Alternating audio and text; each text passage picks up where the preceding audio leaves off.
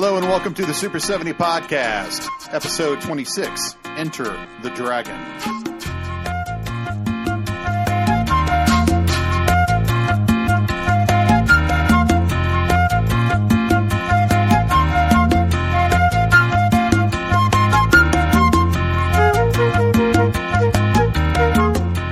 I'd like to welcome Mike White of the Projection Booth Podcast back to the Super 70. Mike has since 2011 published a whopping 520 standard episodes plus special reports on the Projection Booth, in which he has covered everything from modern sci-fi films like Annihilation to post-Soviet era period films like Krystalyov, My Car. You can find the Projection Booth wherever you find podcasts except on Spotify, but you can especially find it at www.theprojectionbooth.com. We will be using the Criterion Blu-ray from 2020, which should have just a 1 or second delay from the DVD from Warner Brothers that has been in popular circulation since 1999. We're going to count down to play. 3, 2, 1, play. All right, Mike, let's start with a time-honored practice at the Projection Booth podcast and ask our guest host, when was the first time you saw Enter the Dragon, and what did you think?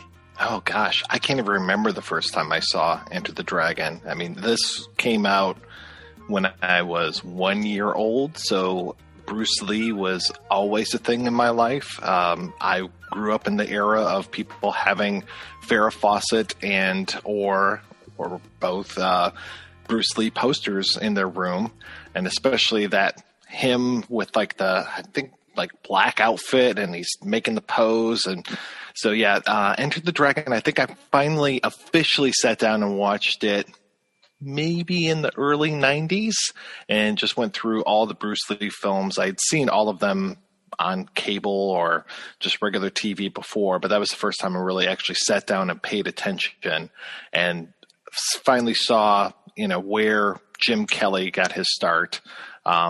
And then, I continue to watch it to this day, actually. Good. We'll try not to spend most of the podcast talking about his awesome hair. Jim Kelly's or Bruce Lee's? Jim Kelly's. Oh, my God. Yeah. You could spend a whole podcast on that. Good. We should start one just on movie star hair. So this was actually released in Mann's Chinese Theater in Hollywood. And Klaus claims that only a film called To Russia with Love, which opened Christmas 1972, made more money at Mann's Chinese Theater than Enter the Dragon. I could not find this notation anywhere else. And Bruce Lee here famously offered $75 a week by Sir Run Run Shaw in, I believe it was 1970. He turned him down. And his second offer was $2,000 a picture, and then his third offer was a blank check. Lee turned that down too. So we're at the Shaolin Temple here in a scene that famously in the script that you sent me by Michael Allen, all fights coordinated by Bruce Lee. Yes, it was a nice little thing in there. And with that script, definitely a very different beginning. I mean, they knew that Bruce Lee was going to be the star, so they added quite a few scenes to make it start and end with him. And I was shocked to discover on the Warner Brothers edition of this, which I believe was printed in 1999, Linda Lee comes out and says there were cut scenes to the film in between his death and the time of release, which was about a month. That act, by the way, that gymnast role was one of only 3 moves that Bruce Lee ever had someone stunt double for him, and all 3 of them were flips. But anyway, this scene after the fight and after he initially talks to Braithwaite, that scene was cut because it was deemed excessive. It was extraneous in a way. That seems astounding to me now. Yeah, I mean, the beginning takes a while to get going. I mean, the scene with Sammo Hung, the scene with Braithwaite, but even with Braithwaite, it makes some sense. But then that pause where he speaks to his student, it's just like, okay, can we get going here? Yeah. I was amazed that screenplay had it actually starting with Williams's character and going from Williams to Roper to Lee. I was surprised too. Now, Braithwaite here. Now, again, I had not seen this in about 20 years since I purchased the DVD in the late 90s. And I saw it then probably the first time in 7 or 8 years. I saw it on the Encore channel in the early 90s when Encore was playing all that great old stuff from the 70s. But it occurred to me when I watched this about 3 or 4 weeks ago, Braithwaite is M. Is he not? I mean, this is effectively a remake of Dr. No. Yeah, it pretty much is. Which I have to say, I don't think that I can think of another remake of a Bond film. But if you're going to Thunderball, right? No, that's true. I didn't even think of that. But if you're going to choose a remake, why not Enter the Dragon? I think I like this one more than Dr. No. Oh yeah, it's certainly shorter. Yeah, yeah. This is a nice tight hour and 40 minutes. Just let's get going here and off we go. It's really quick, and I think that's one of the charms of Enter the Dragon is. And the fight scenes take up obviously so much time. You're more engaged in that. It's very well edited, I have to say. I can't remember who the editor was, but it was edited shockingly enough in Hollywood. All the dubs and all of the post-production, other than the editing, was done in Hong Kong. I didn't realize until I rewatched this last week that Key Luke is everywhere on this movie. That we've got the Sensei being voiced by Key Luke, that we've got his dad being voiced by Key Luke, and that we've got Mr. Han being voiced by Key Luke. I mean, that guy was very busy on this production. He was very prolific in the 70s. He was used a lot. Oh, yeah. And if you go ahead. I was going to say, I mostly know him as the sensei in Kung Fu. That was where I really knew him because I grew up watching Kung Fu. So, most people of the generation older than mine would say that he was, Charlie Chan's number one son. Right. Which Bruce Lee was up for that role in the late 60s. Okay. So the credit here, Bruce Lee and John Saxon, that struck me even in the early 90s when I was only, as a teenager. That was weird having a double credit. Like, who is John Saxon? Right. Now 10 years later, after I'd seen another 100 movies, I know who John Saxon is. But that double credit seems strikingly strange and very unfair. Yeah.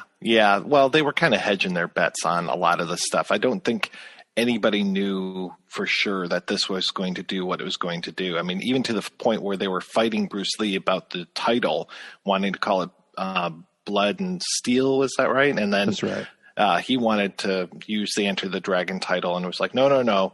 And then finally they realized, oh yeah, this guy knows what he's talking about. That's great. Jim Kelly and his awesome hairdo there and the double-decker bus. So here, and Gilbert Hubbs we'll get to later. But here's another question. Now, I know that you've been to mainland China before because I keep up with your Twitter. Did you ever get a chance to go down to Hong Kong? I did not, unfortunately. I've always wanted to go, especially being a fan of Hong Kong films. But no, unfortunately, I was not able to make it down there. Fighting sequences staged by Bruce Lee. And Lalo Schifrin, we've got a lot to say about him later. All the credits here are very Roper and his many bags of luggage, which is a recurring joke through the opening of the film. I've been to Hong Kong several times. I went in college as a part of this exchange program where we got to go over and go to several universities. So I got to go to the University of Beijing, Xi, and Chengdu, Changsha, Lhasa, and a few more that I can't remember. But we went down. Hong Kong was when we went to Shanghai, of course, but Hong Kong was the party.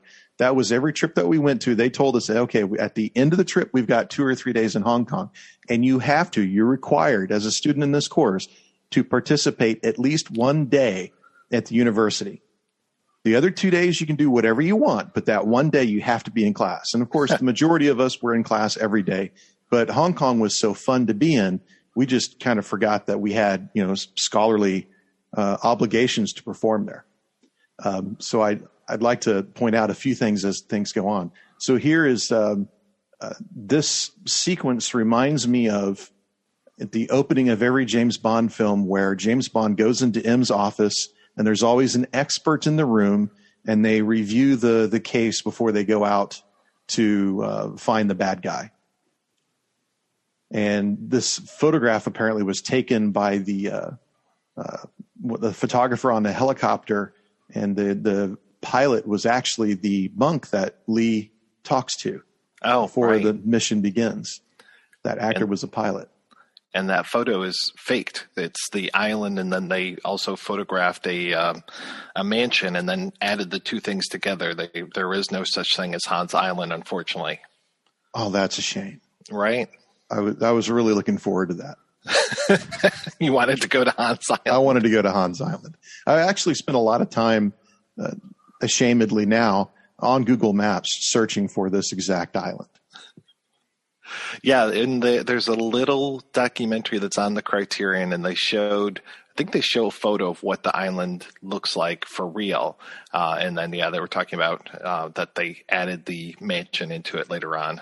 And then they talked in the Robert Klaus book about the making of it, as far as where they actually shot it and all of the tennis courts that they took over. And then you can see the tennis court lines later on when you see the guys doing their practicing.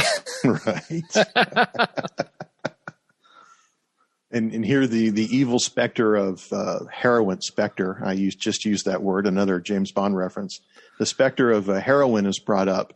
Heroin having a direct tie to opium, which has a sinister implication in Chinese culture that goes back hundreds of years.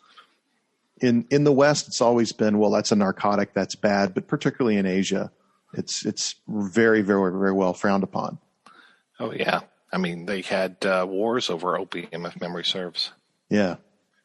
Very devastating for that culture. So an executive at Warner Brothers said that after photography, the market for martial arts movies was over. So after principal photography was done, he said, we'll never get anywhere with this picture. That seems extremely short-sighted. Oh, yeah. The long term.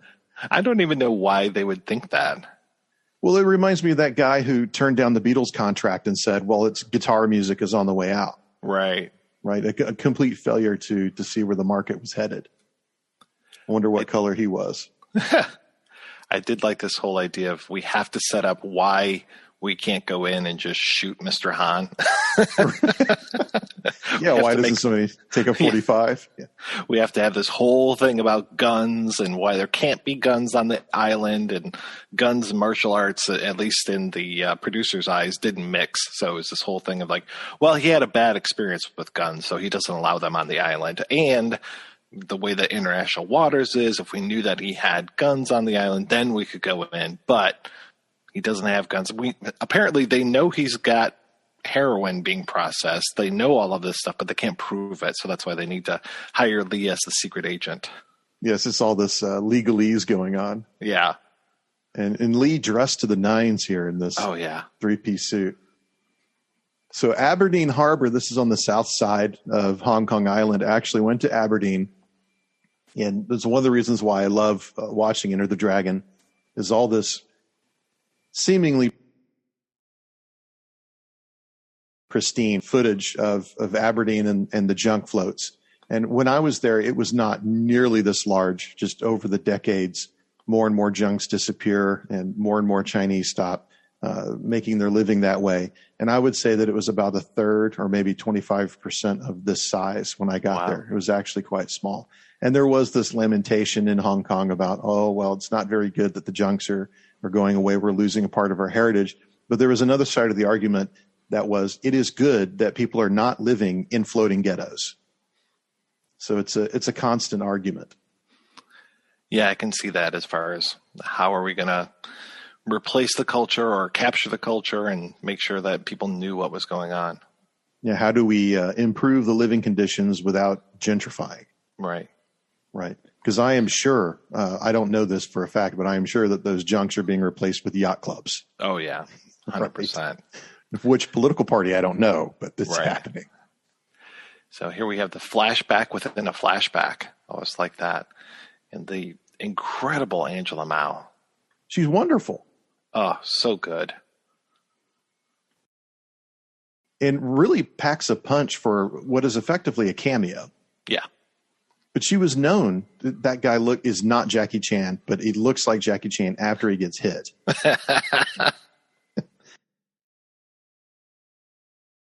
we were talking about, seeing this movie, and I think I actually saw the parody of the film more than I saw the movie when I was growing up. I saw a fistful of is it Fistful of Chopsticks or Fistful of Yen? So many times watching Kentucky Fried Movie, and then I went back and I rewatched it again last night, just that segment, and my God, they do a great job of parodying this movie.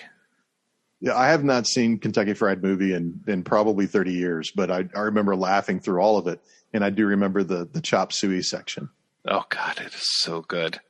And there are lines that I was watching Bruce Lee do, and I was like, why do I know this line so well? And then I went back and watched the parody, and I was like, okay, because they made fun of this line. That whole, what was that? This is not an exhibition. Well, and that's something that I think a lot of people miss in Enter the Dragon and a lot of Lee's other movies, if unfortunately a lot of people don't see his other films. But Lee did have a very healthy sense of humor. And particularly in Way of the Dragon, a lot of that humor comes out. Oh, yeah. A movie that he wrote and directed. And he truly was an actor. And I would like to see more of her films, particularly since we're in the middle of her segment. Yeah. Yeah, I just downloaded a couple yesterday. I'm curious to check them out. Of her films? Yeah, Deadly China Doll might be one of them, and I can't remember the other one that I grabbed. But yeah, I'm very curious to see more of her. Deadly China Doll sounds very apropos, particularly for this segment. Yeah. This is weird how this old lady just closes her out. It's like, nope, I'm not going to help you, and basically leads to her death. Yeah, that's very strange. That could go into the Kitty Genovese type of thinking, or the alleged type of thinking, because that case is obviously very controversial as to what it really means when you've got neighbors that hear some obvious crime that's happening in the street. When I was in Beijing, Deng Xiaoping had just died in the late 90s, and I never ever thought I was ever in danger anywhere I was in China. No. You could go out in the middle of the night and walk for miles and no one would ever harm you. Yeah, that whole idea of people don't commit crimes because they expect that they'd be caught. Right. All the cameras, all the facial recognition, all the tracking, all the monitoring, it's bad in some respects. And in other ways, I was exactly like you. I felt like I could walk around anytime, day or night in Shanghai and be completely safe. Yes. A city that has a horrible reputation of crime before the communists took over, for sure. Yeah. Now, the cross-pollination, if I can use that word, between Gilbert Hubbs, the cinematographer, and Robert Klaus, very successful here. And of course, the editing, when she picks up this glass and then the camera switches 180 degrees, and then you see the glass comes towards her. Oh, and you could do that very badly. This one here, where it force zooms from Bob Wall to the glass. That could be a bad, cheesy TV moment from Pickett in the middle 70s, the $6 Million Man or something of that nature. And it's particularly surprising because Robert Klaus was decidedly hired, Paul Heller admits, because he was cheap. And they got Gilbert Hubbs because he was available. And then when Hubbs got to Hong Kong, Klaus found out that he had never used a 35 millimeter camera before, and had never used the lenses before. And they shot this whole movie with 2 cameras and 3 lenses. And so their ability, maybe it's the Orson Welles idea of, I don't have very much, I have to economize and deal with what I have and get an exponential result out of it. I think they did very well with the talent that they had in the instruments on hand. Oh, 100%. And if memory serves, this was only like the 3rd feature that Klaus directed? Yeah, he was a newbie. Yeah. And then basically the entire team picks up and moves on to Black Belt Jones. Even to the point of there being lines in Black Belt Jones that are pretty much identical to lines that are here in Enter the Dragon. That whole, you come right out of a comic book, I think is you should be in a comic book in Black Belt Jones. Oh, that's another one I got to put on the list that I haven't seen. I'd seen another one of his movies as a kid, but it might have been Black Samurai. I did have someone point out to me that Bruce Lee was walking over graves in that scene, and that's bad luck. And then I would shake my finger and say, in Western culture. Exactly. Yeah, Black Belt Jones is fantastic. 3 the Hard Way I really like, but I would recommend that people stay away from pretty much anything else. These guys had a really bad reputation of doing sequels, so stuff like Hot Potato and Golden Needles. There were some really bad ones that they did. And I can't remember if they were also behind Cleopatra Jones and the Temple of Gold, but that's another sequel that you want to stay away from.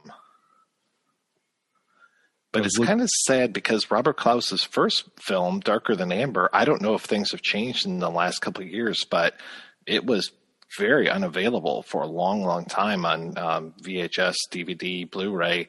I don't know if it has since come out. I didn't take a look before we started recording, but yeah, it was nearly impossible to find. Black Belt Jones, that was 1974. 3 the Hard Way, same year. Black Samurai 76, Death Detective 76, and The Tattoo Connection 78. Yeah, just watch those first couple and then forget it. Then call it. Yeah. And Jim Kelly was trained in Okinawan karate, and he won 4 championships in 1971. So he was on the map. I don't go for gushing over celebs, but I heard that Jim Kelly was going to be at the Motor City Comic Con a few years ago, and I actually just was like, okay, that's it. I got to make the pilgrimage and go over and meet this guy, just shake his hand. That's all I wanted to do. And it was obviously a few years before he passed away, but I'm so glad that I did it because it was so great just to be in his presence. Even as an old man, he was just really carried himself so well, and I was afraid that he was going to kick my ass if I'd said anything wrong. No, it really actually quite a good actor. Should have had a better career. Yeah. I really liked him. Now, this guy, the heavy against Roper here, that is the ref from the Karate Kid. Nice. I just happened to come across that. I was like, who is this guy with the handlebars I've seen in a million things? Everyone else is practically an English actor that they found in Hong Kong. They put in this film, and when they did overdubs, they overdubbed it with American accents. John Saxon doing his stuff, man, really can carry himself well. He can. And unfortunately, most of the time I've seen this film with other people, or if other people see it on a recommendation, they come to me, they say, that's the guy from, he was the cop in From Dusk Till Dawn. Oh, right. That's really unfortunate. Saxon has 60 or 70 credits to his name, and he should be known as more than that. I don't know what the state of his hair is, but he looks like a man going bald and really trying to not. And it didn't change. No. For 40 years. He became known for it. And the level of grayness didn't really change. No. That's weird, what you were saying about how people know him, because for me growing up, he was the cop from Nightmare on Elm Street. That's right. That would be the other reference. Yes, absolutely. And who is the boyfriend in Nightmare on Elm Street? Johnny Depp. Yep, you're right. Angela Mao, by the way, the reason I brought up Jim Kelly's pedigree is Angela Mao also, she was an expert in Hapkido and Kung Fu. And I think Lee was really good about finding those people that had specific styles and bringing them in, and he knew exactly how to use them as tools, just like any good director, like Spielberg would say, I want this type of actor for this type of role in these types of scenes. Right. He was doing the same thing, just with fights. Well, yeah, that whole idea of all the different levels that he had in Game of Death, and especially having Kareem Abdul-Jabbar, where it's just like, okay, well, let's see what little Bruce Lee is going to do against huge Kareem Abdul-Jabbar. Oh, that's right. Game of Death was very specifically designed that way. Yeah. All right, here we go to the Cobra Kai of Oakland. And I have tried to read this badge that he walks in front of a million times, and I cannot read it. This one here, something karate. And they block it out. I was very surprised that he was not the original choice for this role. It was the gentleman that played Black Samson was originally supposed to be in here. When is it? Rockney Tarkington? That sounds familiar. Called off like right beforehand and was like, nope, I don't want to be part of it. And then they ended up getting Jim Kelly in such a move. Well, to this benefit. And here, of course, I watched this again just this morning and I thought, oh, wow, I didn't know that Williams was from Minneapolis. You couldn't tell from his accent? Right. Yeah, this is very similar to the beginning of Three the Hard Way, which is nice, where they try to plant some drugs on him, and then he does the whole trying to set me up, and then kicks the shit out of the cops. It's always nice seeing Jim Kelly kick the shit out of cops. Well, that's every cop's worst fear is a black man who can protect himself. That's right. Yeah. By the way, I find it astounding and fitting and right that Detroit has a Motor City Comic-Con. Oh, yeah. It's actually called that, Motor City? It is. That's brilliant. Our Comic-Con is called Comic Palooza. Okay. Which is great, and it's fun, and it's the second largest in Texas. That's fine. But after hearing that, I wish they would rename it Space City Comic-Con. Just more distinctive. That would be pretty cool. And so I also like how you can look into the character of each person and who they pick on the boat. Bruce Lee has the old man. John Saxon chooses the single woman, right? And Williams chooses the man who's got to look after his kid because where is the mother? Probably dead or working somewhere, right? Yeah. And it's nice. All those damn suitcases. Yeah. And you never see what's in them. I mean, he just has a gi, right? Like he's going to wear a gi. That's actually provided to him when he gets there. And you would think that Williams would be carrying a lot more because he decorates his whole room when he gets there. Like we'll talk about it, but he's got all these posters that he hangs up. So I'm not sure where he's keeping all of those. It's not in that very small airline bag that he got for free when he checked in.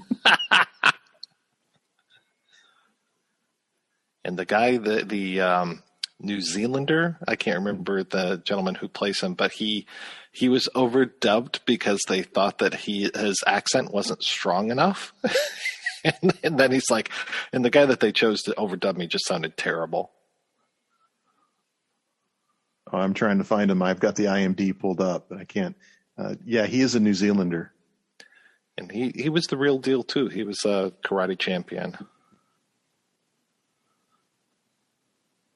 And they talked about this junk that they are shooting on, that they had another one that they had hired and did all this work to clean it up, like scrubbing the decks and make sure that it was ready for the camera and where they're going to put the camera and all this stuff. In the morning they went to shoot, the guy had left the harbor. Oh. So they really quick had to scramble and find another junk that they could shoot on. Well, and Klaus writes in his book how in order to get that long zoom shot, they had set up on top of one of the buildings with a telephoto. I can't even imagine how much that cost. Yeah, and they had to pull back very slowly, and it took them 2 days to shoot it. They spent the entire day and skipped it, and they had several mistakes. They finally, on the last shot on the second day, they finally got it. Now, these range of buildings on the right, I wanted to point this out. That's near Stanley on the right-hand side on the south side of Hong Kong Island. And when I was in Stanley Market, I was talking to this guy. A lot of Chinese in Hong Kong speak English, which is one of the glories of vacationing there. And there was a building there that looked exactly, I think it's in that bunch, and it had a square hole right in the center of the building. So it had floors above. It was all around.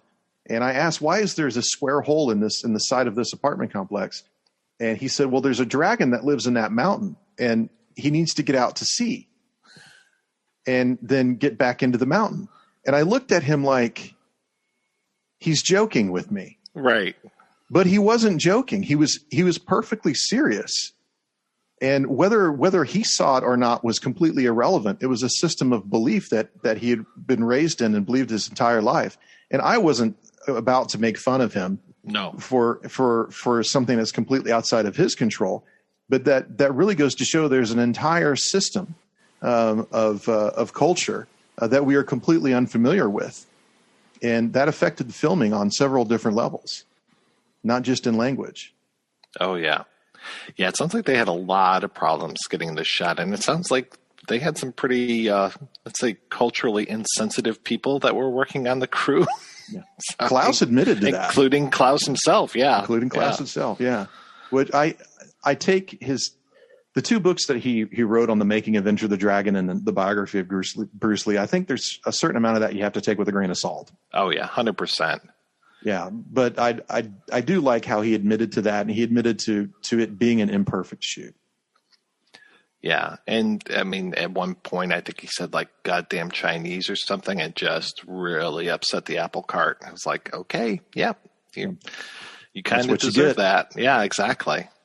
William should kick your ass. Go ahead. I think it was him that also kind of fanned the fires of that whole story of Bob Wall trying to kill Bruce Lee, and then Bob Wall's just like, I don't know what he was doing with that. I read an interview with Wall, and he was just like, no, we got along absolutely fine. You know, we were in a couple movies together and everything was good. We knew how to shoot. I mean, Bruce does cut his hand later on, but it's not because of Wall trying to murder him. Yeah. You know, that is the only instance of anything that I could find that Klaus's point of view, that I can't find anything else that corroborates that. Everyone else, including Paul Heller and Fred Weintraub, said that was not the case. That he cut his finger and it was bad and we couldn't work for 2 days, but Bruce didn't take it personally. The entire background to that of the other Chinese stuntman getting behind Bruce and saying, well, you've got to level with Bob. You've got to take him out because it's an insult to your honor. As if Bruce Lee would let a pan of stuntmen influence the way that he thought and acted. That's absurd. Yeah, almost as absurd as just some sort of random stuntman that may or may not have killed his wife trying to fight Bruce Lee in a parking lot. Right. Paul Heller, by the way, also a producer on With Nell and I and My Left Foot. Yeah, he just passed away last year. Did he? Yeah. He passed away, and I can't remember who else. Was it Saxon that passed away in 2020? Yeah. Yeah. It was a bad year for Enter the Dragon alums. Apparently there was an actual hole in this boat, so you can see it really start to take on water and sink. Oh, and the small one? Yeah. Oh, yeah. Oh, my goodness. Yeah. I've always wondered that. He's completely effed right now. Well, and when the big junk is coming out of the harbor, there's a bilge pump. You can see it go out the side of it, and it is a lot of water going out that bilge pump. Oh, it's yeah. Coming out. I don't even know if this is the same boat, but it was off that side of the boat. And I just remember thinking, oh, my goodness, they're not going to go very far. Okay, so the strongman Bolo Young, the Chinese Hercules, is right here on the shore. We're going to be fighting him later. And Bolo had a black belt in Tai Chi, and he was most famously in Bloodsport with our favorite Flying Dutchman, Jean-Claude Van Damme. He has had such a career, Bolo. I mean, he was making movies, I think not 10 years before this. This was right around the time that he started, but he was definitely starting in the early 70s. He was everywhere and has carried on. I want to say the last movie I saw him credited with was 2017. So maybe he started to slow down a little bit. Well, he's getting up there. Yeah, he is. But that's impressive to last that long. Oh, yeah. And the last movie he was credited with was called Bolo. So I'm very curious to see it, if it's kind of like a JCVD for Bolo Young or not. I hope it's a documentary. Oh, that'd be awesome. Because Bolo, the true story. The cover art is pretty great. He's got some good funky facial hair going on too. So there you go. You can start to see the lines for the tennis courts over here on the left-hand side. And up here too. I know he made a reference, Klaus made a reference in his book about painting the grass green at one point, just to make sure that it looked more green, because this is pretty brown grass that everybody's on. Well, if you're practicing Kung Fu on it for 8 hours a day, I would imagine that it would be. Yeah. No sprinkler system set up in there.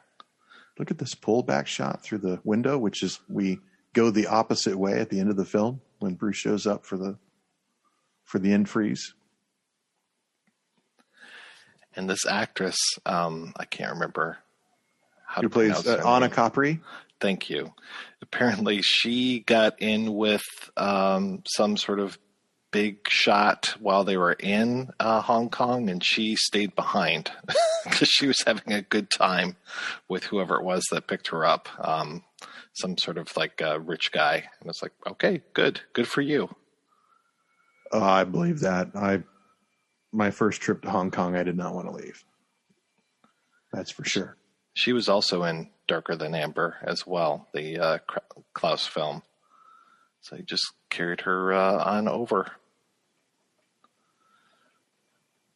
Now, this set was famously extraordinarily hot. Gilbert Hubbs talked about how all of the lights were not directional. They were exposed orbs, and that was just how the Chinese film industry was. And so they had to string them all, and then of course they had to put them above the bird cages, which was actually Klaus's idea of why don't we have bird cages, not knowing that the lights wouldn't be directional. Right. So the birds were getting all of this heat, and they were starting to pass out and die. And so then in between takes, it had to take all the bird cages down, take them all outside so the birds could breathe and come back. I can't even imagine how long it took to shoot this scene because of Klaus saying, hey, you know what'd be good in this scene? Bird cages. Right. And then this chick from Austin Powers, she shows up out of the middle of nowhere. One of the fembots. Yeah, that's exactly what I thought. Yeah, I don't know why they would have sumo wrestlers. It seems like a weird mix of cultural stuff because like everything else is very Chinese. You got the Chinese acrobats, you got the Chinese dragons, you got the foo dogs everywhere, and then we've got two sumo wrestlers in the middle of it. And it's like, okay, sure. Well, Lee was certainly proud of the way that he can incorporate different cultural aspects of it. And he was very involved in the production of this. Of course, he organized Concord Productions with Raymond Chow so that they could make this movie so he could get a producer credit on it, at least in China. And so I don't know where the sumo wrestlers came from. But obviously in a lot of his films, there's a lot of Japanese integration. The sword fight in Fists of Fury, for example. Right. And he famously loved Japanese food. Yeah, it took me forever to realize that Fist of Fury has that Chinese versus Japanese thing. I was rewatching it the other day with I watched it subtitled, and you can really pick up on the Chinese versus Japanese in that version. But then when you watch it dubbed, you don't get it nearly as much. And that's the way that I grew up watching all of this stuff was dubbed. And I watched it dubbed basically just so I could hear the, you killed my teacher, why part. I also watched Way of the Dragon dubbed just because of those incredible voice actors that they have for like the bad guys, the Wolfman Jack guy and the African-American gentleman, or I suppose African-Italian gentleman, the black guy. Yeah. That's how they credited people in Hollywood back then, black guy. Yeah. No, the dubs are famous, and I believe that Bruce Lee had the same person overdub him in all of his films. Yeah. Did he dub himself? In English, he did. He did his own English lines. But in the early versions of The Big Boss, he was dubbed in English by someone else. Okay. And then in Way of the Dragon and Enter the Dragon, he dubbed himself in Chinese. But I had someone tell me that he didn't do his own screeches, though, and I find that hard to believe. Yeah, that seems very weird. I thought that was like his trademark. Yeah. And an acting style that's very specific to this film, as if you look at his other films, his fighting style and his acting style are very different. And a lot of people think that he's a monotonous actor, and he's really not. He's very, very capable of handling different types of emotions and roles. Oh yeah, he's super charismatic, and especially that sequence in Fist of Fury where he's going around and I keep screwing up. Yeah, Fist of Fury is the one, the Japanese versus Chinese one. The when he goes around and is like the telephone repairman and just playing all of the different parts, like trying to get more information about the Japanese. I mean, he's doing a great job, especially I loved him as that telephone repairman. Yeah, with the big thick glasses. Exactly. Which is a Chinese stereotype of a Japanese person. Right. Yeah, and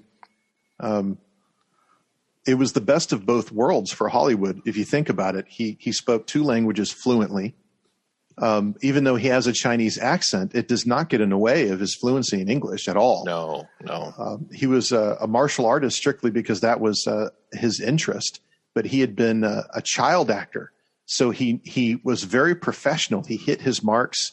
He knew his lines, and he was very capable of taking direction, even from Robert Klaus. So in terms of someone who could work on both sides of the Pacific and be successful, he was a golden ticket. When I talked about how these guys picked up and moved on to work on things like Black Belt Jones, I want to say a lot of the same crew was behind The Big Brawl, also known as Battle Creek Brawl, which tried to do the same thing for Jackie Chan that they did for Bruce Lee, but unfortunately it was an unmitigated disaster. Yeah, I saw the documentary that I think is still on Netflix called Iron Fists and Kung Fu Kicks. And they talked about how there was a deliberate push, obviously the Bruceploitation that went on in the 10 years after his death. Jackie Chan was just so talented. They just tried to push him in that direction to make him this huge dramatic acting star, and it just did not work. No, between that and The Protector, I mean, it really wasn't until Rumble in the Bronx until he finally managed to break through. Yeah, Rumble in the Bronx was a huge deal. Okay, talk about the fist now. And yeah. Yeah, that he brought the poster of the Black Power fist, and over on the other wall there's a Jimi Hendrix, and they actually talk about that in the script, that he decorates his room with all of these symbols and things to just be like, very proud black man. I was pretty happy about that, but it is kind of strange where it's like, okay, yeah, I'm bringing all these posters just for this weekend karate tournament. And maybe in that airline bag, that's where those big headphones were. Right. That quite possibly. I would go with that. Meanwhile, Lee has a bonsai tree and looks like an Ishiyoko behind him, like the famous Japanese artist who did the staircases on the sides of mountains with fog and mist and everything, and a typewriter. I mean, he was writing something at a desk with a typewriter on it.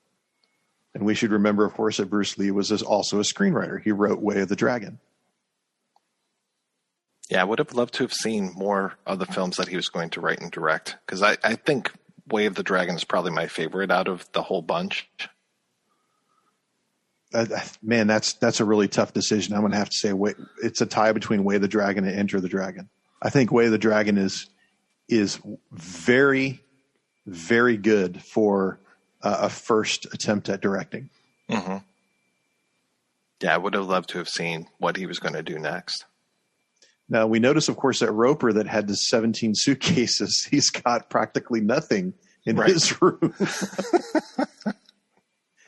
Nothing but suitcases. Yes, they're all stacked in the corner. So, this is Chinese contact, Mao Ling.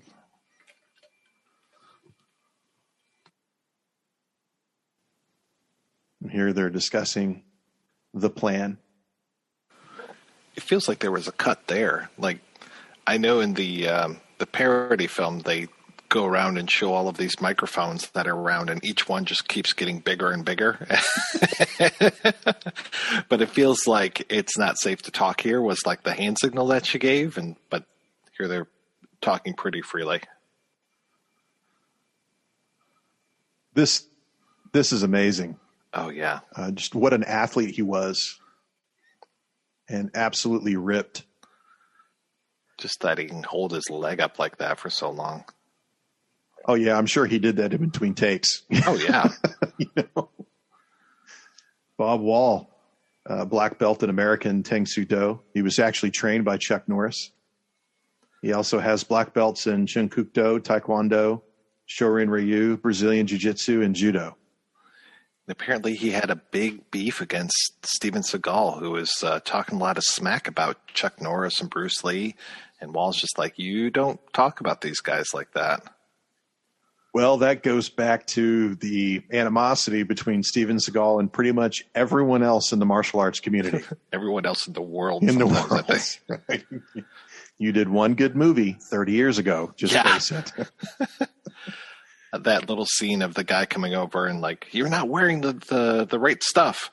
Apparently they just use that as cover because Bruce Lee's like, no, I don't want to wear one of these gis. No yellow gi for me, thank you. Well, and I couldn't separate why they were wearing yellow because there's no yellow belt. The belts are white, green, purple, brown, and then black. And there's 10 degrees or a dan in each belt. So I was trying to think what would be the distinguishing characteristic between the white and the yellow. I guess the yellow are participating in the tournaments and the white are the students at Hans Island. That sounds right. Yeah. And I love this throne that Shiken has. Yeah. So elaborate. All those dragons all over the place. And the Dr. No tunic. And it even has the hand. So good. And the grapes. It's as if he's like Nero and he has these girls bringing him grapes to feast upon. I love watching the guys in the background during some of these fights.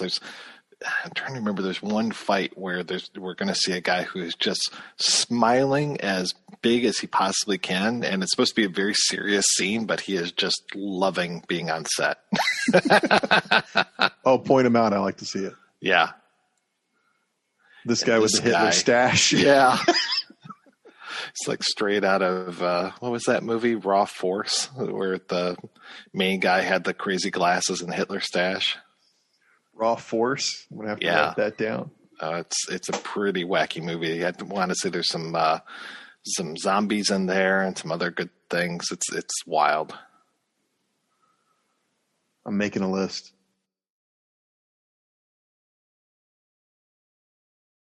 It was really nice going back and rewatching all these Bruce Lee films to see a lot of the familiar faces. You know, we talked about Sammo earlier.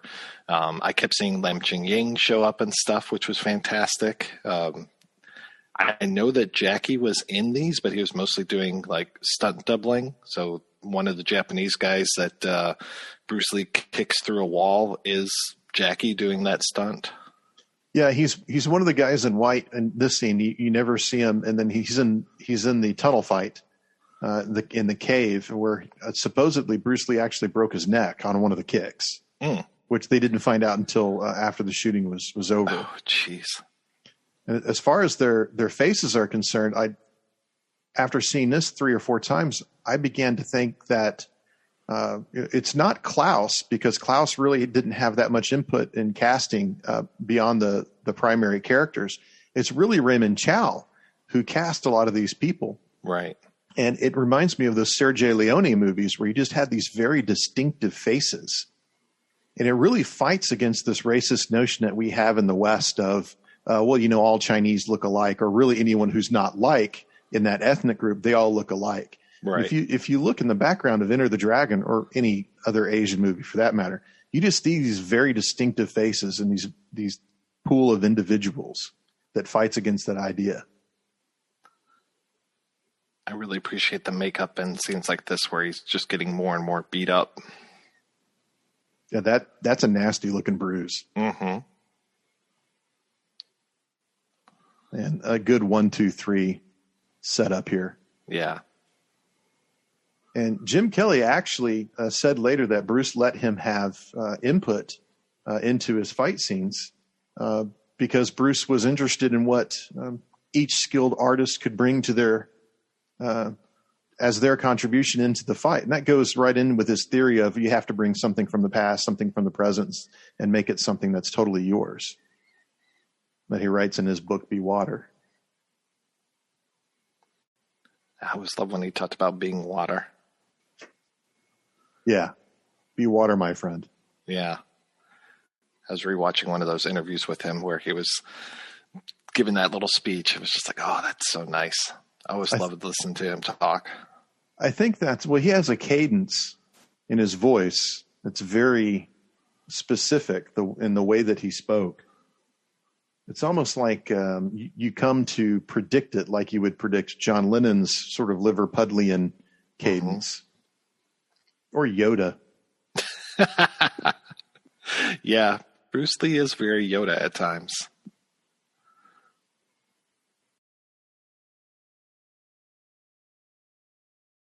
I know she had trouble with nudity, and I was like, really? You have trouble with nudity? All right. It doesn't look like you do. Yeah. Well, there are some people that were upset that there was nudity in the scene was it Way of the Dragon? Right. There was a nude woman in a scene with Bruce, and there were some Chinese who got upset with it. But this was the 70s. Nudity was in vogue, and there wasn't a stigma against it like there is now. It was just felt like that's where movies were going. That's where film as an art was going. It was getting more and more nude. It wasn't until you had that sort of conservative reaction in the 80s where they started to tone it down quite a bit, particularly among the higher dollar productions. Exactly, yeah. And then you started getting the Cinemax movies, the erotic thrillers, things that wouldn't necessarily play in theaters. They would be more, straight to DVD, straight to VHS, I should say. Yeah, the soft core, right. Cinemax type stuff, which is an art all by itself. Yeah. Apparently they had a lot of trouble getting women that would be naked, and I want to say a lot of the women that are, like in that scene with Jim Kelly, and then later on when Kelly's getting beat up, that they were prostitutes that they had hired. Yeah, apparently there's a stigmatism of actresses in Asia playing prostitutes. Nobody would do it, so you had to hire prostitutes to play prostitutes. And Klaus said that it had a dramatic impact on the budget because they had to pay the prostitutes basically to not work. So they had to pay them more than what they would earn as prostitutes. Right. And they were the highest paid people on sets some days. Yeah, really kind of upsetting to the stunt players that were making just a couple bucks a day. Right. This guy might be up for one of the worst guards ever. I can see why these guards get murdered later on. Well, Dr. Evil, sometimes we have to work late. There's a lot of overtime in being a guard on Hans Island. I love Fistful of Yen. He just keeps going in and bumping into all these things, and the guard just never notices, and just like knocking over pottery like crazy. And I was waiting for the joke of he steps on the floorboard and there's a tiny little creak, and that's what gets the guard to notice. But no, they never notice anything.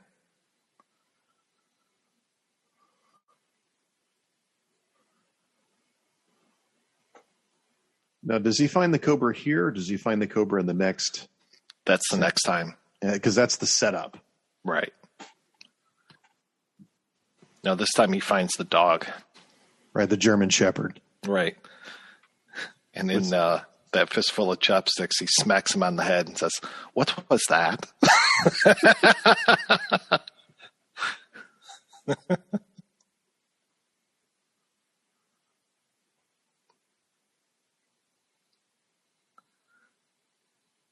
Losing track of my notes here. Nice use of shadows. Yeah, it is. Klaus had, I have to say that particularly after seeing Game of Death, which is also Klaus's film, this has more style in it. Game of Death. Oh yeah. Other than the music, Game of Death is a travesty. Yeah, it's not good at all. I love that use of backwards to have him jump up into the tree. Yeah.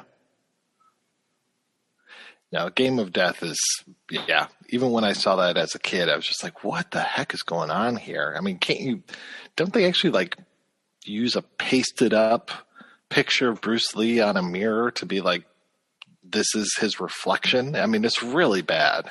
Yeah, it's a cardboard cutout. Oh, yeah.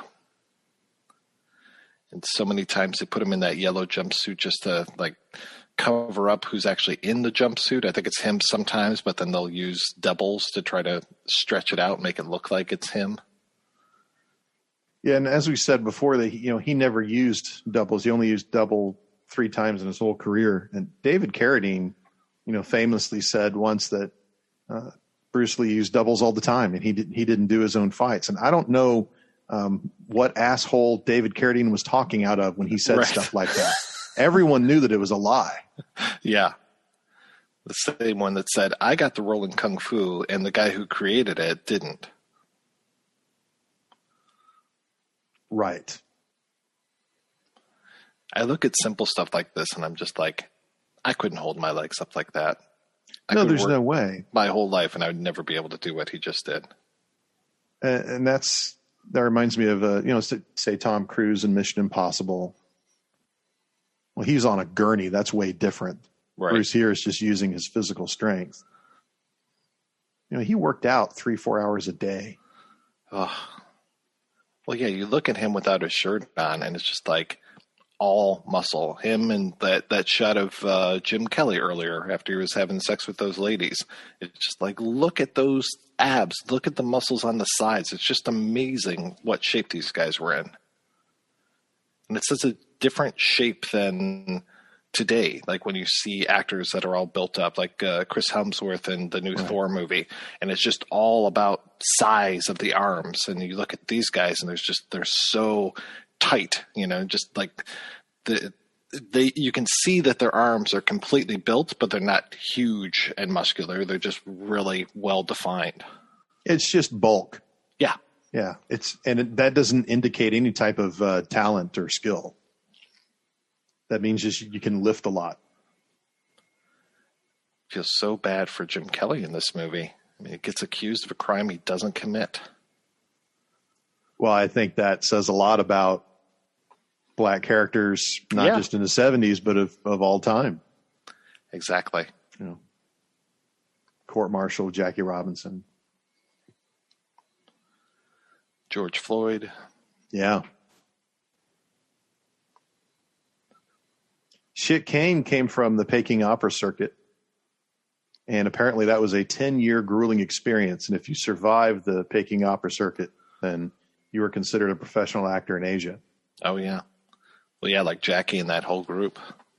Yeah, they came from the 5 Lucky Stars, or I can't remember the number, but yeah, that whole group of guys, Yuan Bio and Samo and Lam Ching Ying. And Bruce Lee's father, Lee Hui Chung. I keep going back to the parody of this where they set it up like the dating game. If I was an alarm clock and you wanted to wake me up, what would you say? I wouldn't say anything. I'm no ding-a-ling. That's the Zucker Brothers, isn't it? Yeah, Zucker Brothers, directed by Landis. Yeah. Bolo. God. Oh, I love those faces. Oh.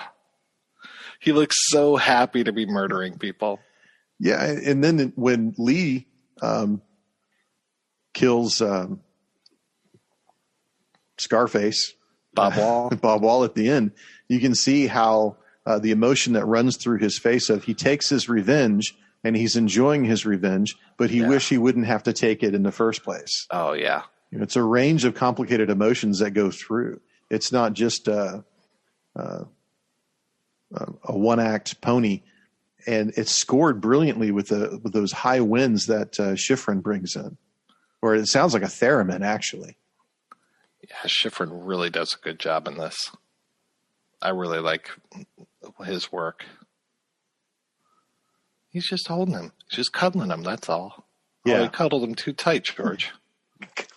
Just these bodies that he just leaves in his wake is, oh my God. Yep. See that's Klaus and Hubs deciding, okay, we're going to drop the camera to show that and just the brutality of what's actually going on here. Because this is the first, for the participants, this is their first indication that something is not right. Mm-hmm.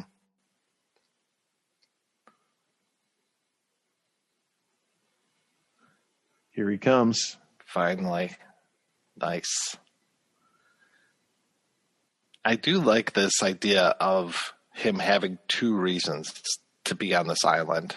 and he says it right out. You've offended my family and you've offended a Shaolin temple.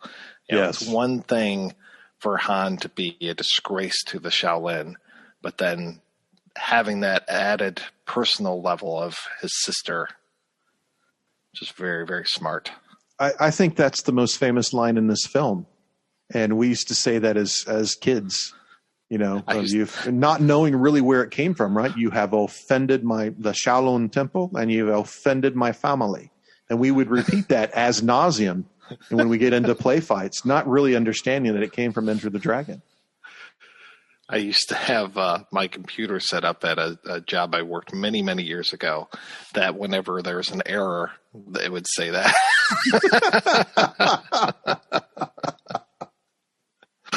So sometimes I made errors on purpose just so I could hear that.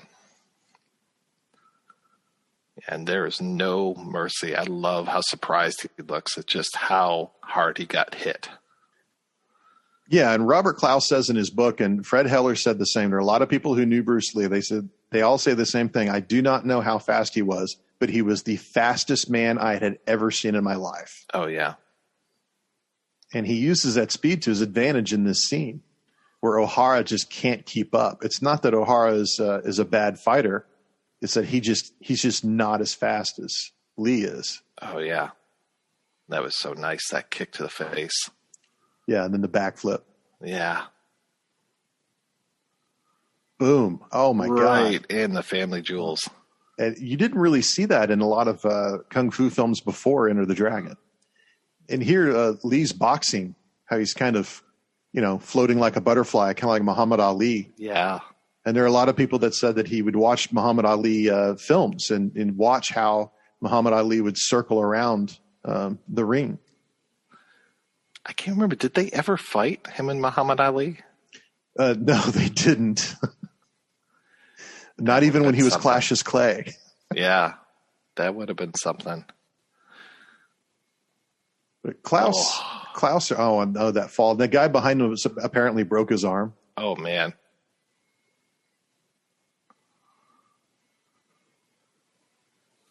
And here comes the bottles, which I still to this day, I cannot believe that nobody had sugar glass in Hong Kong. I know, that seems crazy. Fly some in. Yeah. I mean, or can't you, figure out the formula to do it? You're right. Yeah. They're smart people. Yeah, they're very smart people. And they have some great confectioners there. I've had many Chinese desserts before. Oh, the sweets there are crazy. Mm-hmm. Yeah, love them. O'Hara's legs kick up. Oh, here comes the emotional kick that we talked about before here. That slow-mo is so well done right here. Oh. And of course, we wouldn't have this without Peckinpah, but I mean, slow-mo and Peckinpah, it's almost like a parody. Even when he's doing it, you're just sort of tired of it. But Enter the Dragon, it's done to great effect. Yeah, I think once he was done with the Wild Bunch, maybe lay off the slow-mo as much. Well, I don't That's think like trying to tell John Woo to lay off the slow-mo. Right. Well, I don't think there's very few slow-mo, I think, in The Killer Elite. I think it's almost none. But Convoy was almost entirely slow-mo. Like, unless there was dialogue, there was slow-mo. It's been a lot of years since I've seen that movie. Oh, yeah. Sorry, I didn't say, but that was the shot where there's a guy just smiling his head off. Well, you see everybody, all the extras behind him are turning to look at him. Right. So, why does Williams take his belt off and open his gi? I guess just to show off that chest.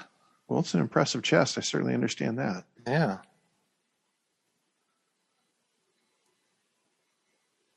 Yeah, if you haven't seen Black Belt Jones, I cannot recommend that enough.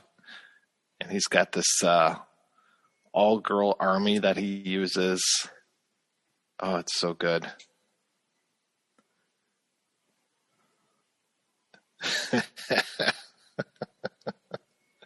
I love this exchange.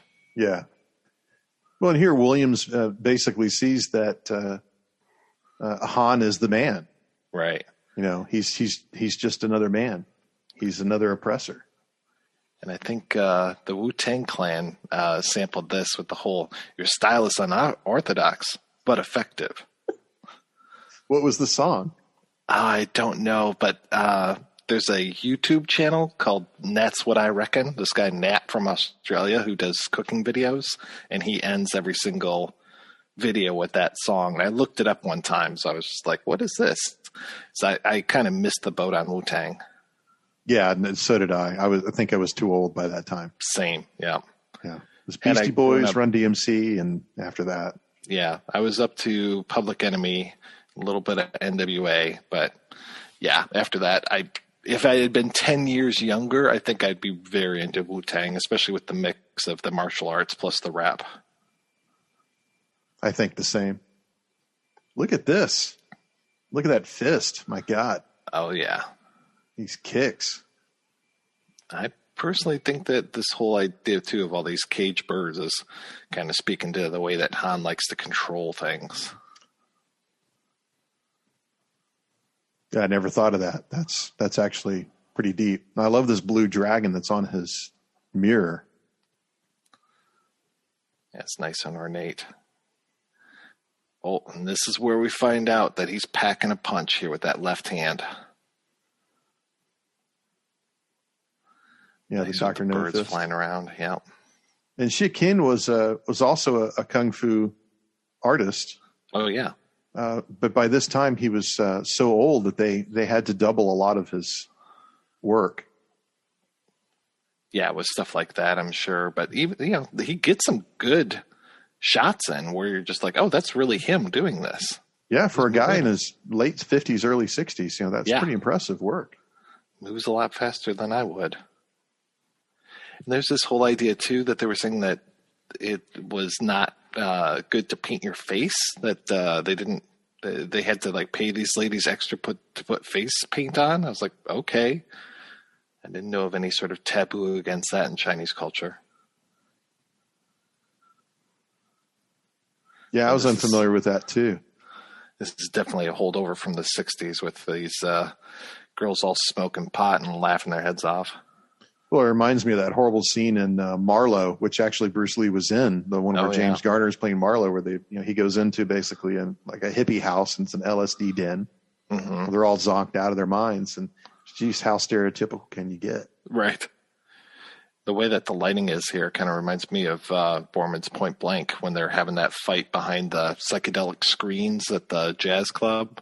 You got the one guy who's just like kind of scream singing, and you've got Lee Marvin just kicking the shit out of a guy behind that screen. And that's pretty contemporary. What is that, 71 or 70? That's pretty recent. I think so, yeah. So that would have been in memory. You see a lot of things in Enter the Dragon that are homages or pastiche or lifted from other films, and I don't think there's anything wrong with that. Klaus specifically says in his book that the ending is not a lift from The Lady from Shanghai, which I have to say I think is complete and utter bullshit. I would agree with you on that. And he's like, I never saw the movie and I still haven't seen it today. And I'm like, sure. There is no way. I mean, it's not a complete frame by frame rip, but the style and the panning is exactly the same. Yeah. I love that fake hand in there. It's so nice. Yeah. And then another joke of, well, yeah, that's just a memento. And here the guillotine. So I had a birthday about 3 months ago, and I hired out a theater near my house, and I said, I want to watch Enter the Dragon. Oh, wow. And so about 25 people showed up. And this is, of course, is during the pandemic, so everybody was masked up. But the theater near my house is a tavern. It has individual booths, so we were able to keep our social distancing quite well. And while it was playing, the cat scene comes up. There was a member of the audience who had actually just lost a cat. Oh, no. And had not seen Enter the Dragon, and actually thought Han was entirely so evil that he was going to actually decapitate this kitten. And heads popped up out of the booth. and looked at me and said, "No!" And they just shouted in the theater, "Are you kidding me? You know what I went through this past week, and you're going to do this?" And wow. I had to spoil within 30 seconds of the cat's okay. Everything's going to be fine. It is. You were talking about Dr. No and that whole idea of having the cat. It's very. What is that? Is it Smirsh in yes, Blofeld? Yeah. He's always petting the cat. Yeah, stroking the cat. Yeah, and none did it better than Donald Pleasance. Like the more Donald Pleasance got agitated, his hand would like jerk up and down the cat with more anger and irritation. I think Klaus was saying too that whole case that held the other hands was his wife helped design that, and really she worked better with some of the Chinese crew than even he did. Well, everyone involved in the production talked about how just amazingly dedicated and hardworking the Chinese crew was. Mm-hmm. And if they had a trade down, then they had that trade down. And if you look at these sets, my goodness. Oh, yeah. And this was in like a former tile factory that was not built as a sound studio that Chow had taken over. It's very impressive. Yeah, I was just talking to someone the other day about, they were asking me about seeing a giallo in the original Italian. And I said, well, actually, probably isn't the original Italian just because everything was recorded MOS and people would dub like crazy. And I was talking about how Hong Kong was very much the same because of shooting in abandoned tile factories where things probably aren't soundproofed. I know a lot of the studios in Hong Kong are under the path of the airport or the airlines, so you get super noisy. Well, Kai Tak was certainly, you were in the flight plan. The first time I flew into Hong Kong, I landed at Kai Tak, the same airport that's in the beginning of Enter the Dragon. And that was crazy. I looked out the window upon landing, and it just seemed like it was only a few dozen feet. People were on the rooftops, like hanging clothespins on lines and almost hitting TV aerials. And it was insane. And when we landed, it was a really hard drop because they clear the buildings and they got to come down really fast to the runway because they're literally flying over a city. Oh my God. And then a few days later when we took off, we took off over water, and then they bank really hard to go up Hong Kong harbor. And so you're taking this really steep bank because they can't clear the mountain that's on the mainland right in front of them. And when you're on Star Ferry, which is in between Hong Kong and Kowloon, if you're on the double deck, when those airplanes come over, you can see people in the windows on the airplanes, and you can read the tail numbers. Oh, look, that's 6JK9er. That's, but I think the next time I flew into Hong Kong, we flew into Lantau, which is 26 miles to the west. And they had closed Kai Tak, and of course the real estate there just became the most prized real estate in all of Hong Kong. Oh, I'm sure. But Lantau is one of the greatest airports in the world. Everything's in 7 languages. Everything is extremely easy to move around.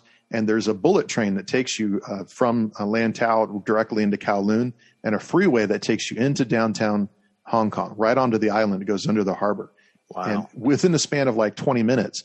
Whereas 20 minutes before out of Kai Tak, you could not get across Hong Kong in 20 minutes in a cab from Kai Tak, much less to an airport that was 26 miles away. But here's the sad. Oh, yeah. Again, almost like an Austin Powers, Dr. Evil type of moment. But you wouldn't put this past. Blofeld actually does this in a James Bond film. Mm-hmm. I think it's Thunderball with the bridge that lets go and the person that falls into the piranhas. I was going to say, I'm surprised there aren't piranhas in that water. And the spikes that ring the pool are kind of why, in case he wakes up and tries to get out. Right.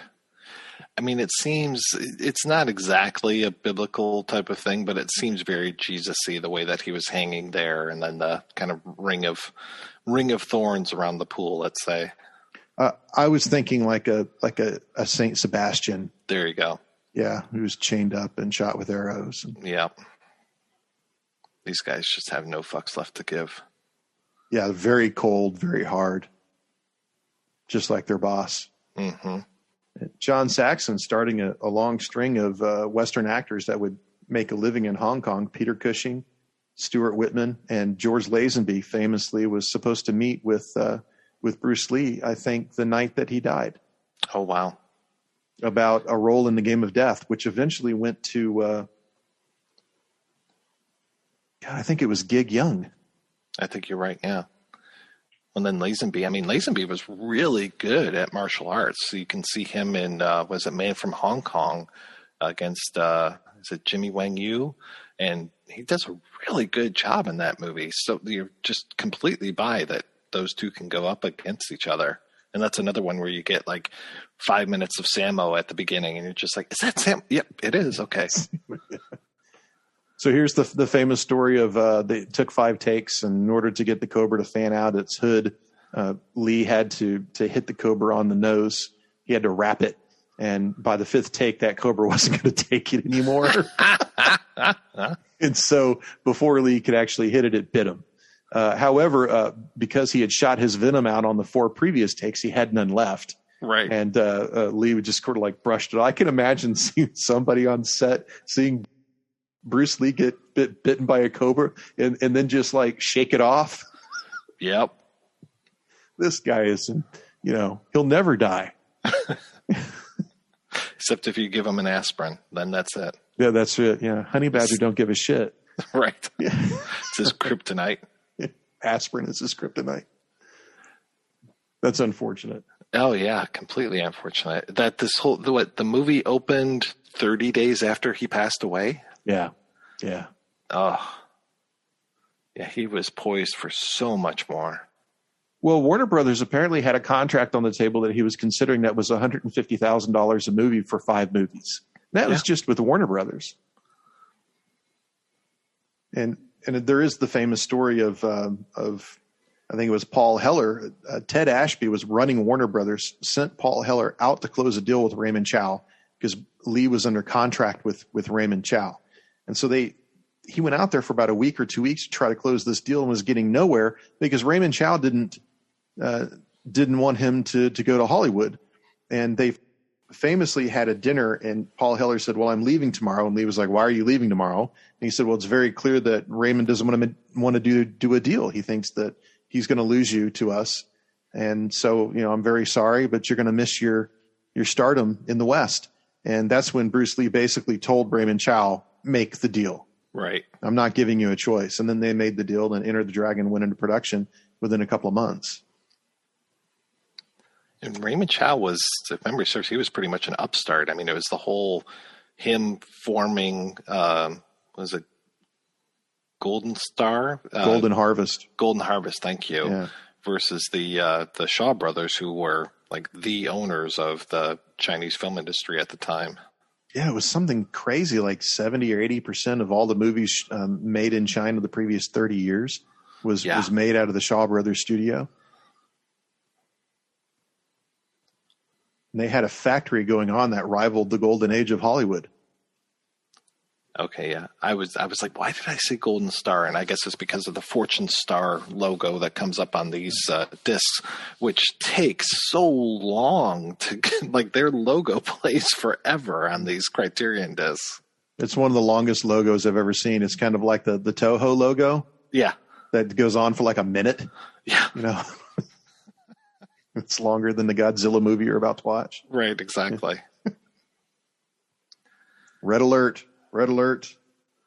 And here comes, I think it's Heller is going to be making a cameo here, getting the, yep, there we go. Is that Heller? Yeah. I didn't know that. He did this in the war. That was his job.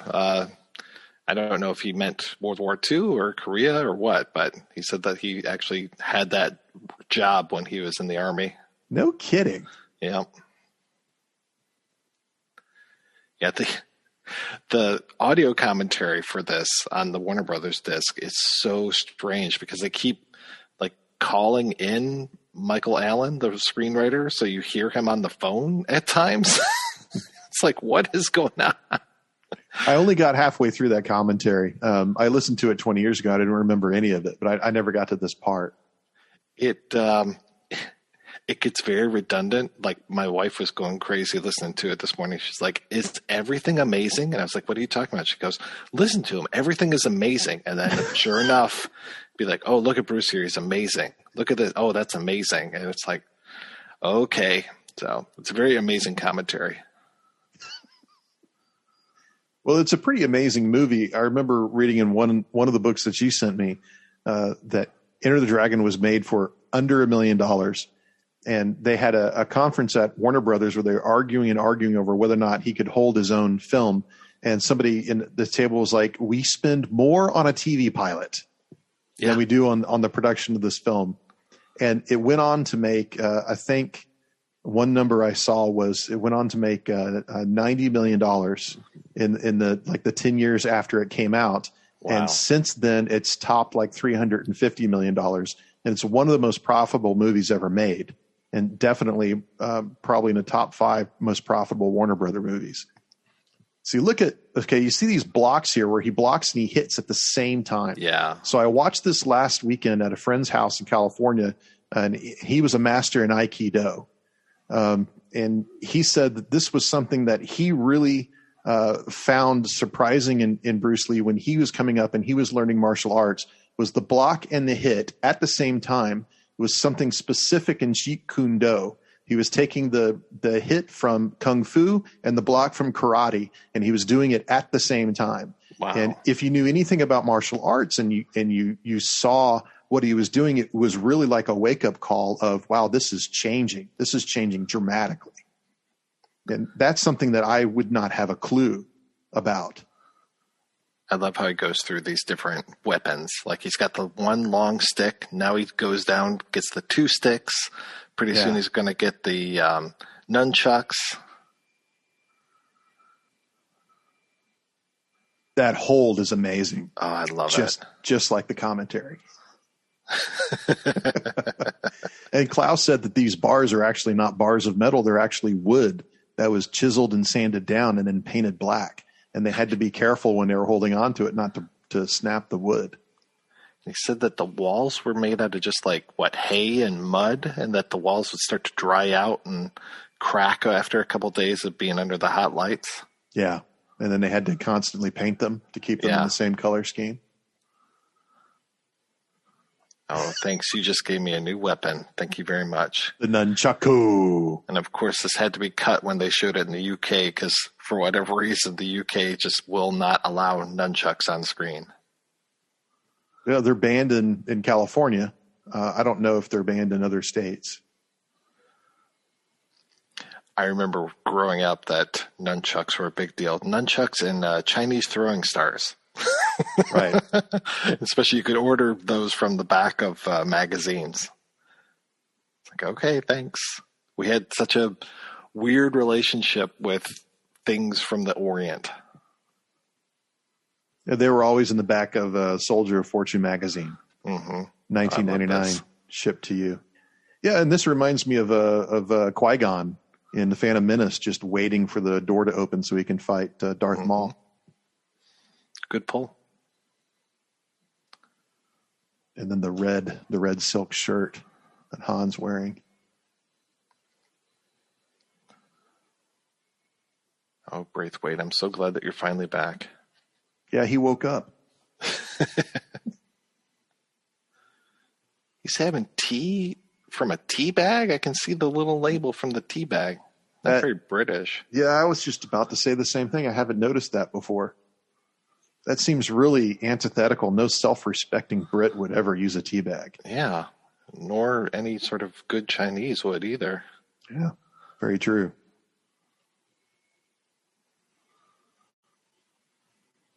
And the voice actor who dubbed Shikan is the same guy who played Master Po in Kung Fu. Didn't you say that? You said that. I did. Yeah. That was one of my notes. And yet the tournament is still going on.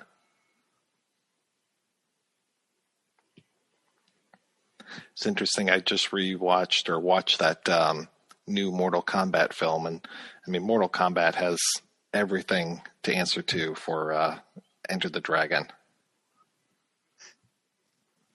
This whole idea of these different martial artists getting together and having this tournament in a remote location. Well, I can't tell you how many TV shows I've seen where there's a tournament somewhere, usually on an island, and we're going to go discover something there.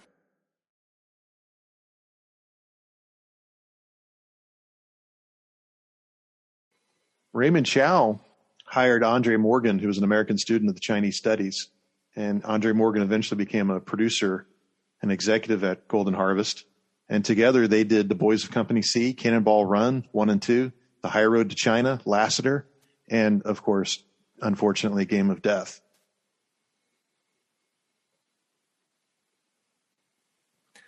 Yeah, hired him because he knew English fluently, I think, right? Could speak both English and Chinese.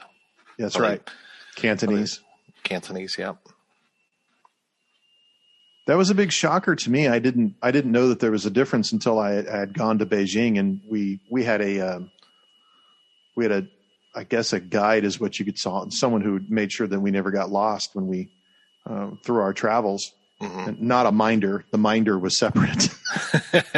No, that there was a minder there. But he told us, like, when we leave Chengdu and you go to Hong Kong, I'm going back to Beijing. I'm not going with you. And he said, because I have no idea what they're going to say. I can't understand what they say. No, I was watching something recently, and it was in Cantonese, and they were just counting from 1 to 10, and I was like, okay, I recognize a couple numbers, but it's so different from Mandarin. Yeah, air, my, bow, yeah. See, Bolo has like scars on his fists. Yeah. From punching. He's got a bruise on his face.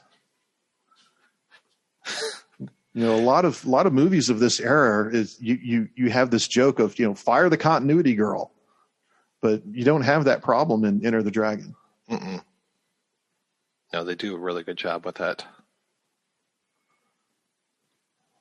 Oh my God, that was a tall kick. Yeah, it was from laying down. His leg has to be very long. And the way that it was edited, you totally bought it. Oh, yeah. I mean, I can actually buy that John Saxon can kick Bolo Young's butt. It's not easy, but he manages to do it.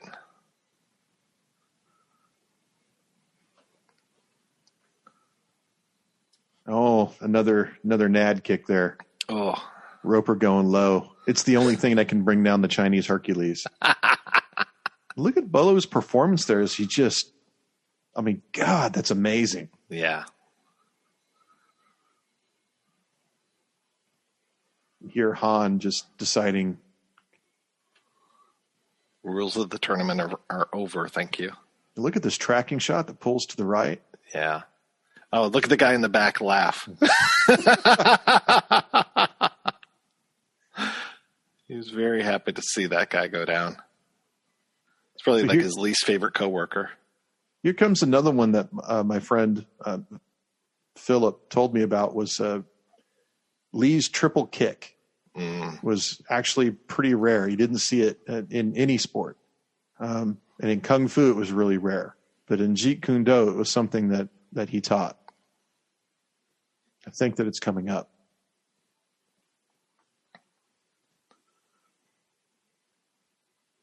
Look at those sweeping kicks. Yeah. Love it. There was a 2-for-1 deal there. Yeah. And of course, we should mention the music. Lalo Schifrin was also a martial arts student, although he was not a student of Bruce Lee, but he had a gym in his Beverly Hills home. And he did Cool Hand Luke, Bullet, Hell in the Pacific, Kelly's Heroes, The Beguiled, THX 1138, and famously Dirty Harry, which really, Dirty Harry is probably the movie that sent him to superstardom as far as being a composer. Is he still around? Because I know I just saw him in a recent documentary, but I don't know how long it took to make the doc. Yeah, he was born in 1932 in Buenos Aires, and he's still alive. Wow. Way to go, Lalo. Some of his films in the 80s just have direct lifts off of his previous work. It was like he was rushed in a schedule or something. But yeah. I've noticed that with a lot of composers where it's like, oh, you're not really breaking too much new ground here. But some of them were like, oh, yeah, I had 45 days to score this whole thing. Right. I had 8 days to score this. Oh, okay. Then I forgive you. So here in a fight scene like this, I always look for what I call the Spartacus effect, which is when you look in the background, there's people just not really fighting. Mm-hmm. They're going through like very fake motions. But I don't see that here. Like all the stuntmen in the background here are actually throwing kicks and punches. Right. And a lot of these guys, and at least Klaus had said, were members of triads. Yeah, rival gangs too, if memory serves, that they were wanted to fight each other very much. Yeah. Here comes the famous line. If I remember correctly, or is it inside? I think it's inside. It's inside, yeah. Yeah, you're right. Nice. That nice start with that massive close-up and then jump back. And it catches him in the face. The other thing, too, is that these guys aren't waiting around to, fight each other. That's like the in The Last Jedi when they're in that throne room scene, I think it is. Was it The Last Jedi or I can't remember which one it was where in the throne room, in The Last Jedi. Yeah. And you just see all those guys like waiting their turn before they go and attack. And it's like, oh, come on. It's like they just have nothing to do. They're just waiting. And it's like, no, that's not really how fights would work. There's lots of pauses in that fight. I was really not. I love that fight. It's probably my favorite Jedi fight, actually.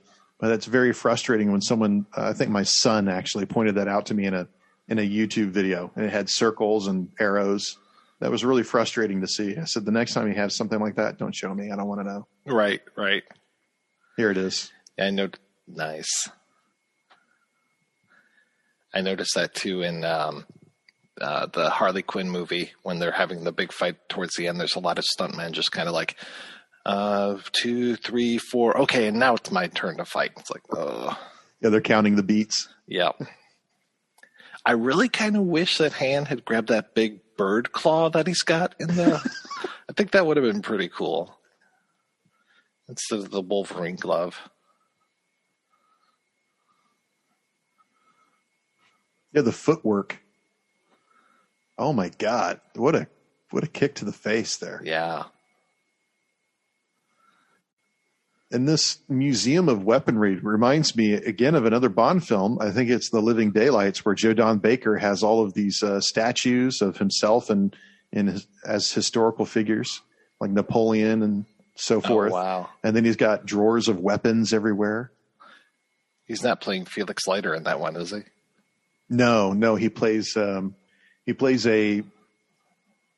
American officer that got kicked out of the military and set up his own illegal arms trade in North Africa and was dealing with the Russians. And his Russian partner had been exposed and had left through to West Germany. Bond had got him out, unwittingly helping this American arms dealer. And Bond finds out what's going on halfway through the movie and then turns around and tries to stop the man that he helped escape. I don't think I've seen that one since I saw it at the theater. Give it another go. That kick. That kick is so great. I don't know if that was actually an actor or what, but they just have a shape on the screen in the foreground and he kicks it out of the way. It's so good. Yeah, and the back quake. Now this is awesome here. I mean, that's a movie poster. Oh yeah. With the Wheel of Life behind him. Yeah, so good. Birth or origin or beginning or. Yeah, this room of weapons reminds me of Batman '89 with Bruce Wayne's whole collection that he has. What kind of rich weirdo lives here? Right. Okay, now we enter the Hall of Mirrors. And I don't know how many times I've seen this and was looking for the camera. If you look at what's the video? The Flock of Seagulls, Iran. Oh, Iran, yeah. Yeah, and you can see the camera in the mirror pass by as the camera turns around. And in Enter the Dragon, I don't think that I've ever seen it. Mm-mm. And Klaus said that they built a housing for the camera that was covered in mirrors, and only the lens was exposed. Wow. Which had to be really difficult to shoot all these sequences, considering that the only person who knew what the hell was going on was the focus puller. Right. You know, and even Gil Hubs had to rely on, unless of course Klaus or Hubs was looking through the camera themselves. You know, if you're gifted and skilled that way, like Steven Soderbergh famously shoots a lot of his own stuff, great. But if you're not, look how Han's face is contorted here, sort of emphasizing his evil nature.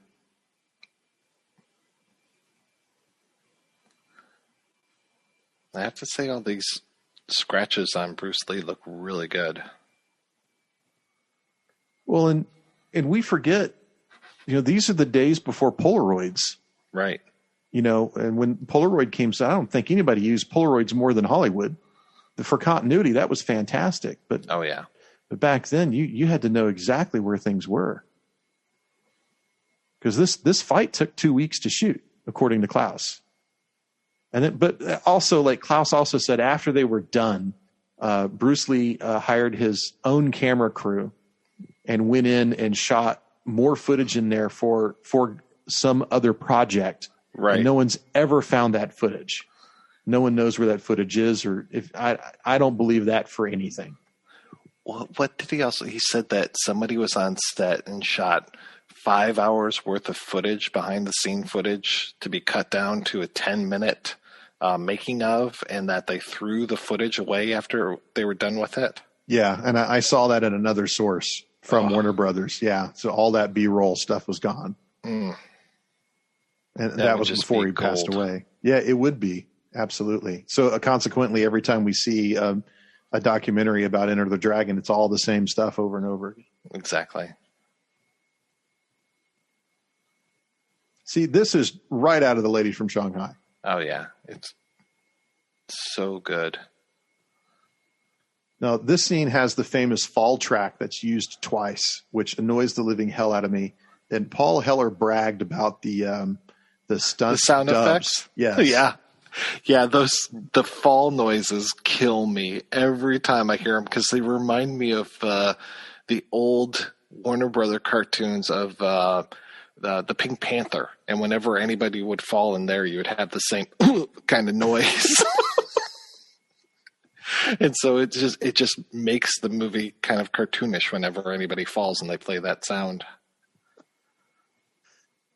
But yeah, he was very proud of all the hit noises, and I was like, okay, I can handle the hit noises, but the fall noises, oh. Yeah. I just thought, gaffing's not that much, right. The Foley. The Foley is really cheap.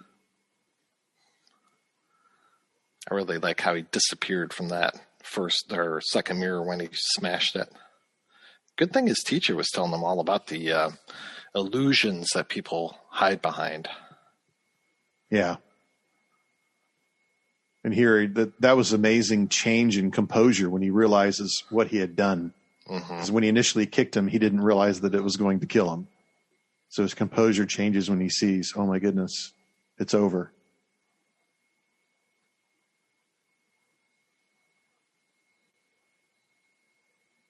All right, I'm trying to read meaning into the revolution. Oh, you've gone way past where I'm at. That's funny. He's still alive. Now he's dead for where I'm at. Oh, we're a few seconds off. Yeah, I will hit fast forward a little bit. Now I've got Roper in the chair. Catch up. There we go. I'm now with you. Here they are toying with one of the students. That's horrible. Yeah, it kind of is. That guy really, it's not like he fully adopted Mr. Hand's philosophy or anything. It's not like he's going to chop a cat in half. Now, I did read that Anna Capri's character actually, she sided with Han in the fight. And they cut that section out. Yeah, because Saxon really had a thing for her. Yeah. Here's a woman that can teach you things. Teach you how to be a man. And this is really good. You can just see just Lee's exhausted, and Roper's exhausted too. They're just so happy that it's all over and that they survived it. I kind of wish that they had been able to make a sequel. I think they were talking about making a sequel to this, right? The Dragon Returns or something. Yeah. Oh, I'm sure that this would have been the start of a Warner Brothers Bruce Lee franchise. Yeah. Every time Braithwaite gives him another assignment to go find and kill another bad guy, that'd be awesome. That would be. And Way of the Dragon wasn't released in the States until after Lee's death, so it was marketed as a sequel to Enter the Dragon, and they called it Return of the Dragon. But the idea for the sequel never materialized. The names of those movies just used to drive me crazy, because it was like, was it like The Big Boss was called Fist of Fury, and Fist of Fury was called The Chinese Connection, and it was just like all of these different names for stuff, and it was like, what am I watching? What is this movie now? I couldn't keep up with it. I had it all written out with arrows. Yeah. And apparently it had to do with naming conventions on the VHS tapes. Mm. Right. Well, Mike, I appreciate you joining me for Enter the Dragon. Do you have any final thoughts? If you haven't seen Enter the Dragon, what are you doing listening to us talk about it like this? But my goodness, go check out Enter the Dragon and check out all of the Bruce Lee films, except for Game of Death. But watch those 4 films. You are not going to be disappointed. Thanks for joining me. I really appreciate it. Oh, it's fantastic. Thank you so much for having me.